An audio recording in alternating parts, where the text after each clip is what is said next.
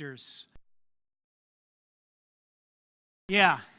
So I collected cards growing up. Back in the day, they had the world's worst tasting gum, but you ate it anyway because that was part of the experience. So you'd open up your pack. Come with me back to 1981. You open up your pack, and you open it up, and you gobble down your gum, and you're just hoping that inside your pack of football cards is Ed Too Tall Jones, or Mean Joe Green. You're just opening it up, and it's the anticipation of what you're going to open up. Our boys, Jackson and Grant, went through a baseball card phase, basketball, football card phase, where all they wanted was ball cards.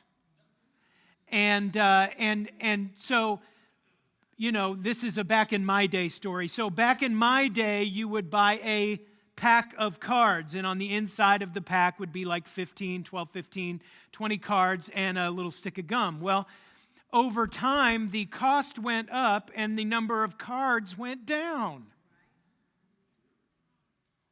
Government.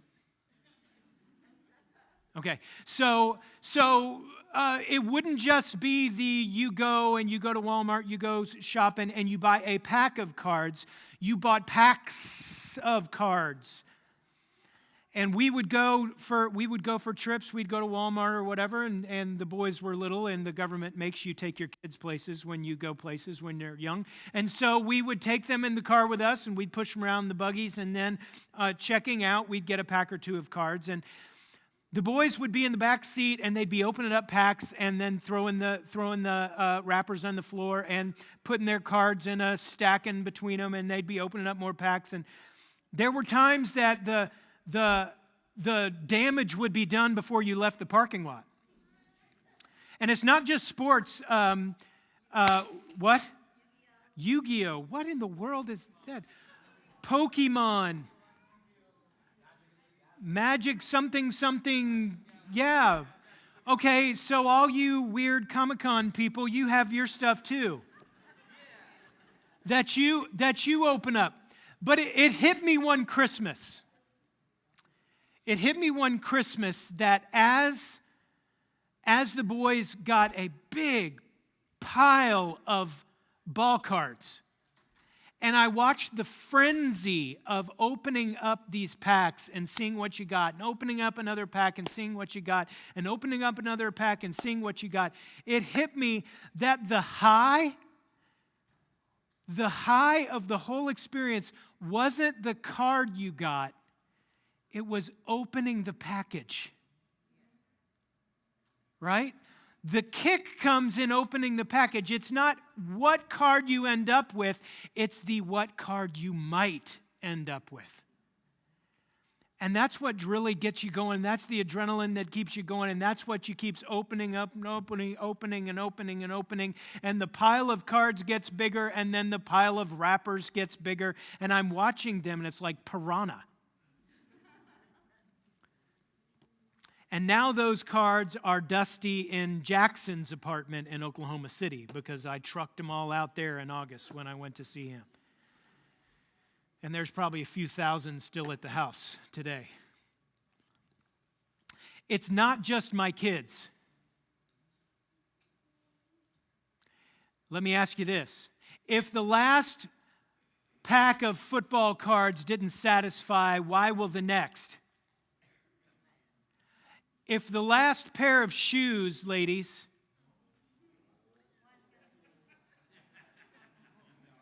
didn't satisfy, don't get cocky, guys. I'm coming for you in a second. If the last pair of shoes didn't do it for you, why are the next pair? Guys, if the last gun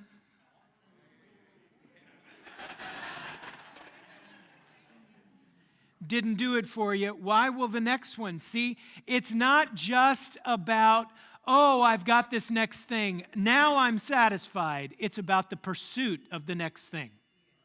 And it's about what comes next. It's the pursuit, and it's the getting it. That is the high.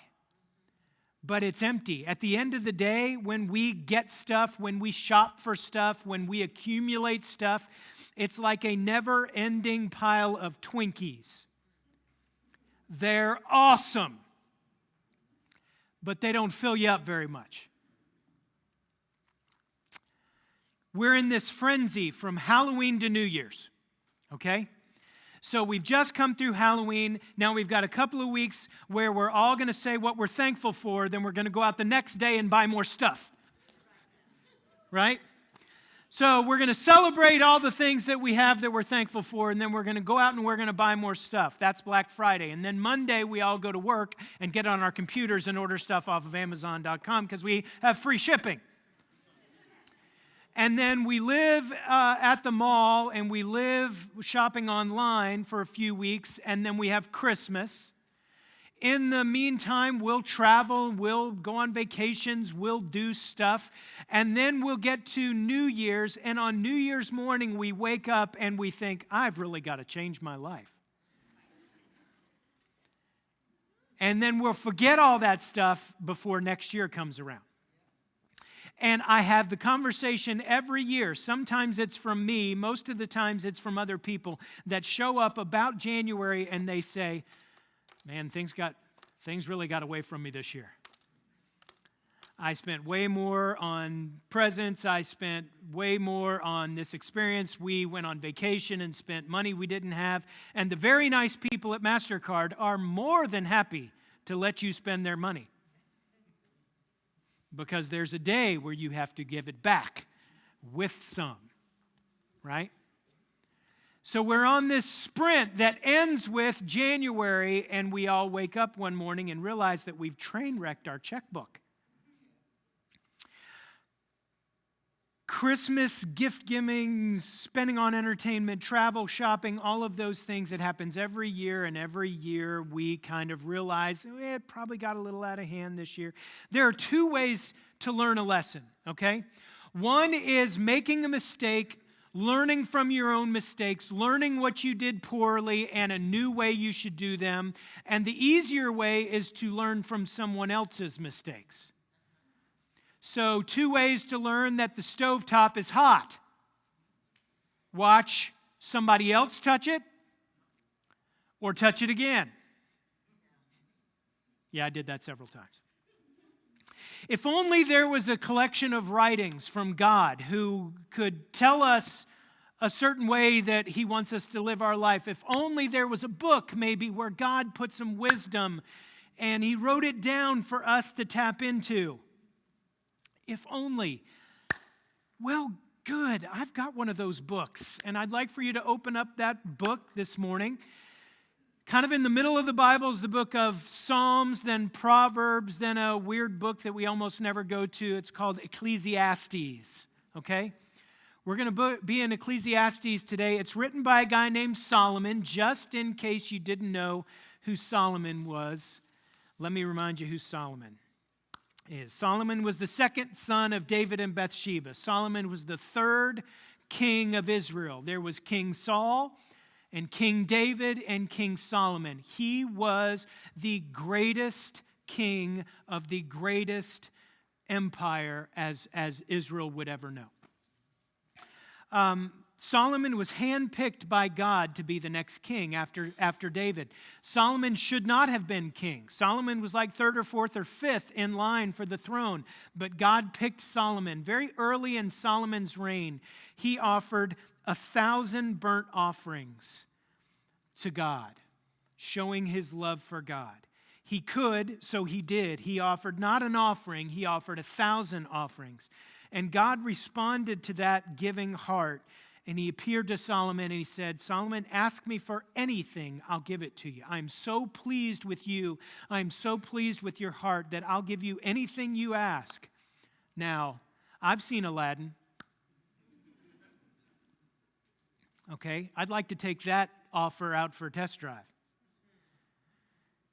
But Solomon, there are times when you just get it just right. Solomon responded to God's offer to give Solomon anything he asked for. Solomon responded like this: God, give me wisdom so that I might govern your people well. So since Solomon's request was unselfish, the Lord granted him wisdom as well as a long life, riches, and fame as a bonus. Solomon wrote most of the book of Proverbs, Ecclesiastes, Song of Solomon, Psalm 72, Psalm 127. There would never be another king that would compare to Solomon. And the Lord said he would be the greatest king to ever reign over the nation of Israel. That's pretty good, huh? Not bad. Well, let's read about him a little bit from the book of Ecclesiastes. The book of Ecclesiastes is written from this perspective. What's the meaning of life? From the guy who had everything. Okay, would you stand with me? We're going to read from Ecclesiastes chapter 2. Would you stand in honor of God's word? Ecclesiastes chapter 2, verse 1. Solomon writing, I said to myself, come now, I will test you with pleasure to find out what is good. But that proved to be meaningless. Laughter, I said, is madness. And what does pleasure accomplish? I tried cheering myself with wine and embracing folly, my mind still guiding me with wisdom. I wanted to see what was good for people to do under the heavens during the few days of their lives. I undertook great projects, great work, good work. I undertook great projects. I built houses for myself, planted vineyards. I made gardens and parks and planted all kinds of fruit trees in them. I made reservoirs to water groves of flourishing trees. I bought male and female slaves and had other slaves who were born into my house. I also owned more herds and flocks than anyone in Jerusalem before me. I amassed silver and gold for myself, and the treasure of kings and provinces. I acquired male and female singers and a harem as well, the delights of a man's heart. I became greater by far than anyone in Jerusalem before me. In all this, my wisdom stayed with me. I denied myself nothing my eyes desired. I refused my heart no pleasure.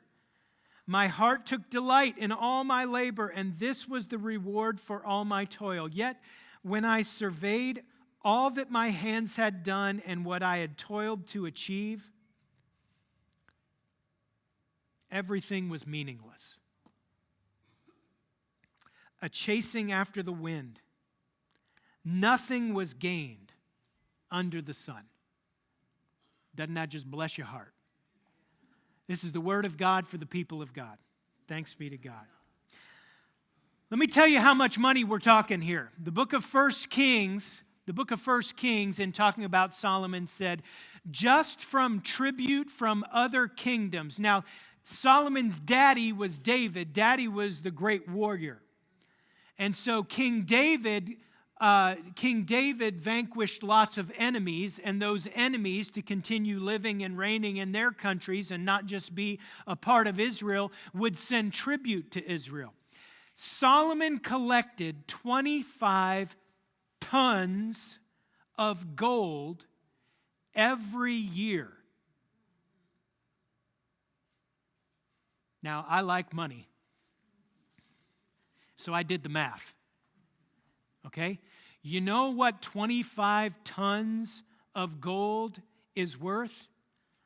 $800 million per year, just in tribute from other countries. That has nothing to do with commerce inside of Israel. That has nothing to do with taxes. He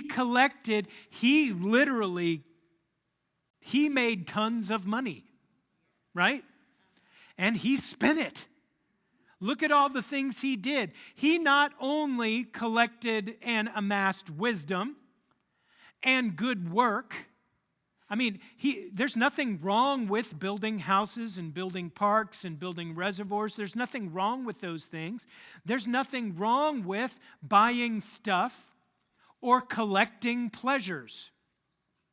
Now see, I don't have a shoe problem. I've got enough shoes. These are my dress shoes.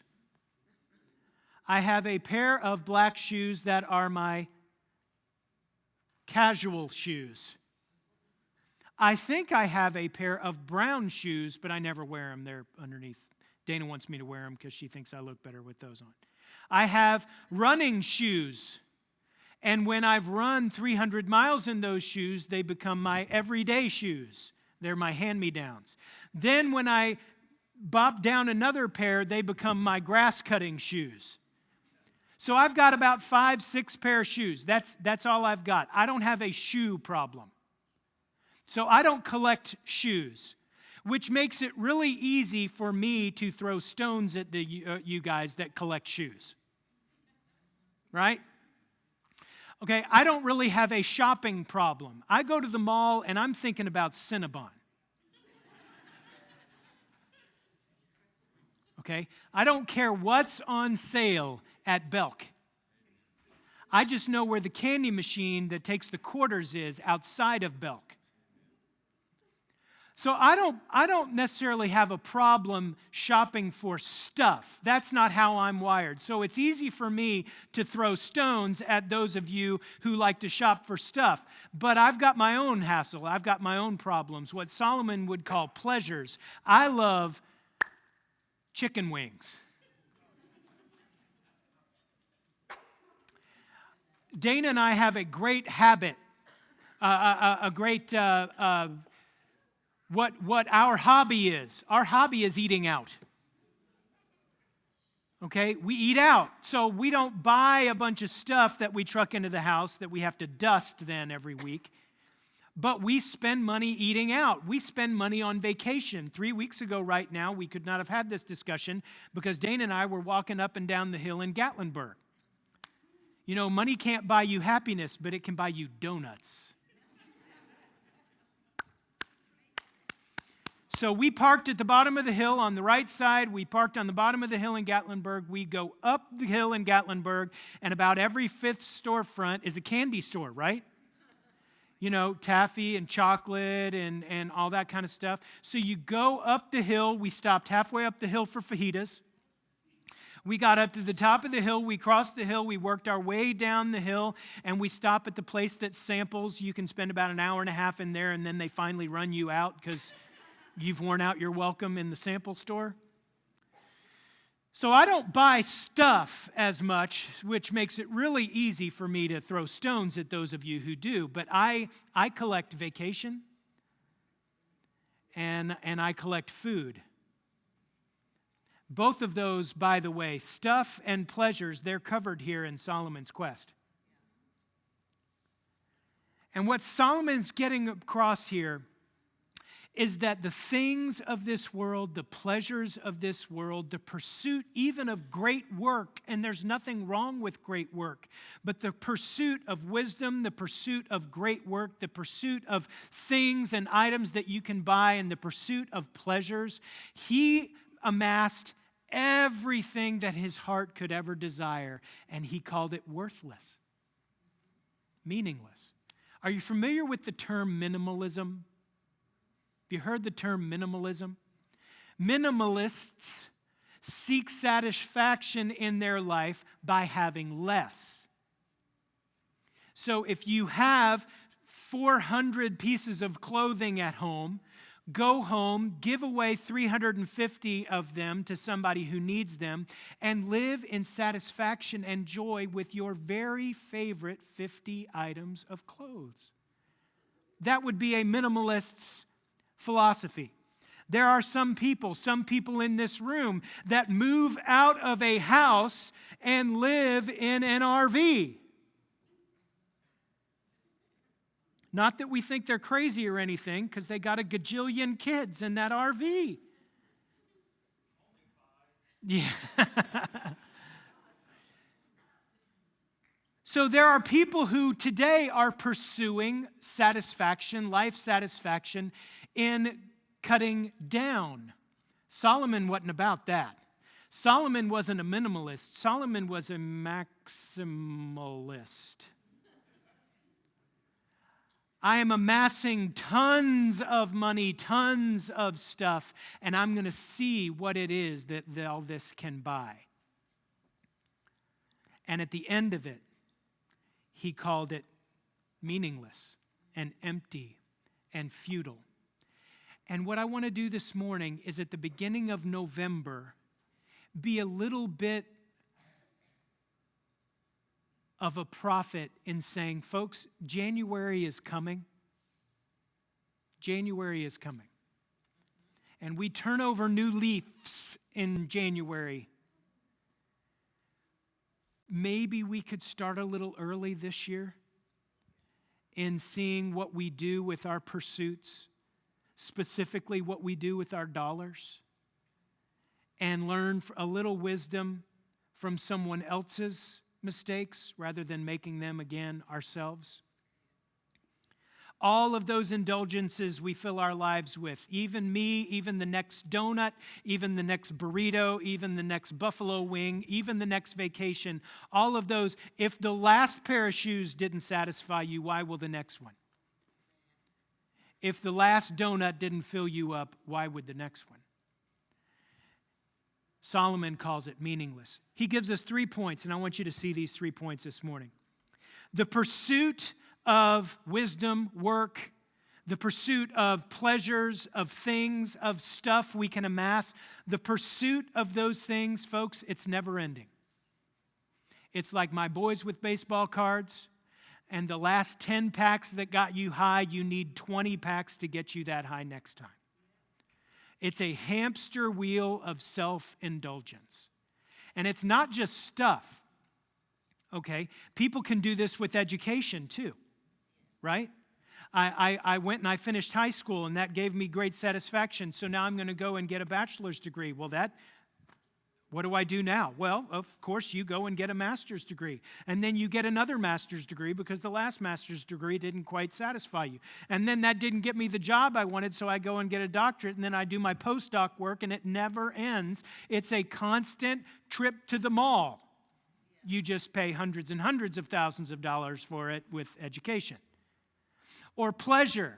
It's seeking after the next high. It's seeking after the next empty calorie Twinkie, which in the moment is awesome, but it's empty. That's not me talking. That's the guy who had 25 tons of gold delivered every year. All of that pursuit, it's never ending. It's a hamster wheel of self-indulgence. Second thing is this: the pursuit of all that stuff eventually takes you someplace that you really don't want to be. Okay, you know what the end result of all those Twinkies is? That means I got to run more. It means I have to start testing my sugar. It means that my health insurance premiums go up. You know what the end result of all that shopping is? Dana and I, our first Christmas, we had fun. We had credit cards, and we were stupid. We spent all of Visa's money, and then they had the audacity to ask for it back.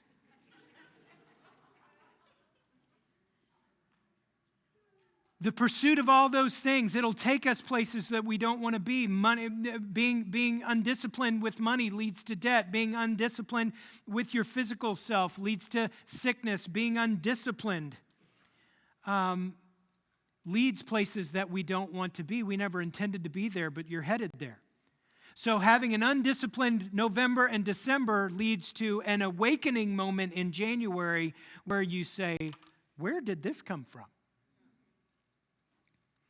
And the third thing is this: the pursuit of wisdom, works, stuff, pleasures, the pursuit of those things, it puts things on the altar that only belongs to God. See, God has wired you. You know how I know? Because He made you. God has wired you to yearn for Him. And there's a throne somewhere inside of here. There's a throne.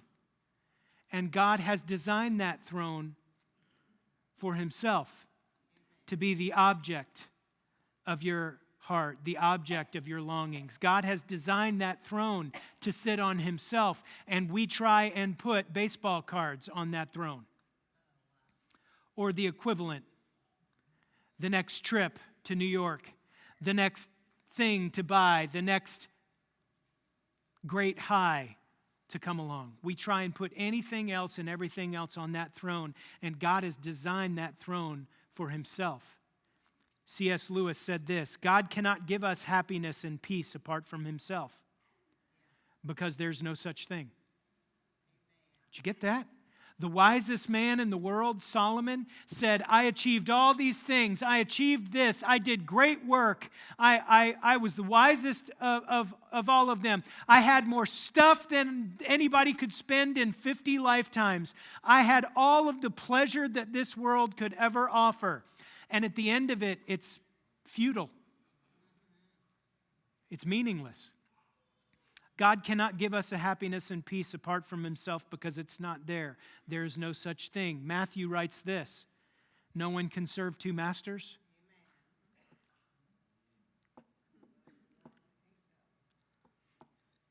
Where your treasure is, there your heart will be. You really want to know what your priority is in life? Look at your checkbook. Ouch. Most of this is written back to me, okay? Y'all can listen, but most of this is written back to me. I want to give you guys something to do. And I said this about 3 or 4 times in the first service, and Dana told me not to say it, but I'm going to say it anyway. Some of you guys aren't going to buy any of this at all. Okay? I've just wasted the last 25 minutes, and you're already thinking about Sunday afternoon football and what you're going to have for lunch. Some of y'all aren't going to pay attention to this at all. And that's okay. We're cool. Come back next week. Okay?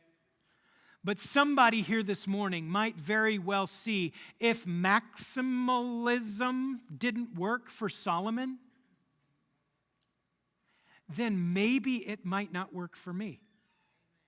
If having everything that could ever humanly be offered that would satisfy our souls, stuff, pleasures, wisdom, work, accomplishment, if having everything could not satisfy, then maybe I'm chasing the wrong stuff. So here's what I want you to do. I want you to spend some time talking to your Creator. I want you to spend some time talking to the Lord. And ask the Lord this: God, what is it that I think will satisfy me that really won't satisfy me? Would you help me to understand that on this end of the transaction,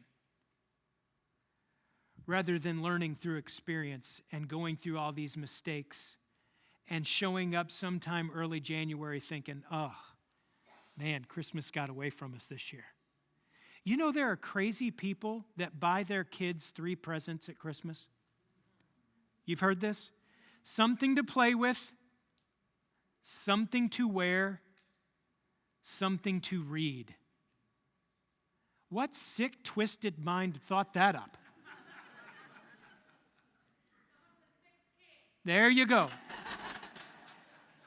Okay? So somewhere along the lines, we've turned this expression of love, where we remember the birthday of Jesus by giving each other's gifts, where we have exchanged, we've had a cheap substitute for going from showing people we love them to buying them a present, to buying them 5 presents, to buying them 25 presents. I've been guilty of that. You may have been guilty of that. But would you learn something, not from me, but from Solomon today? I have very little to teach you in my own experience, but Solomon had everything, and it was empty. So don't chase everything. Seek first the one who's designed the throne in your life for himself. Seek him. Would you stand up with me? Don't get caught up in the crazy sprint to the mall and to Amazon.com because they have wonderfully given us free shipping. Okay? Don't get caught up in the hamster wheel of more and more and more and more. Maybe learn from the guy who did that and called it empty. Let's learn from other people's mistakes and from our past mistakes to not look for satisfaction and life giving from stuff. Let's pray. God, help us to learn from Solomon. Help us to learn from our own mistakes that we've had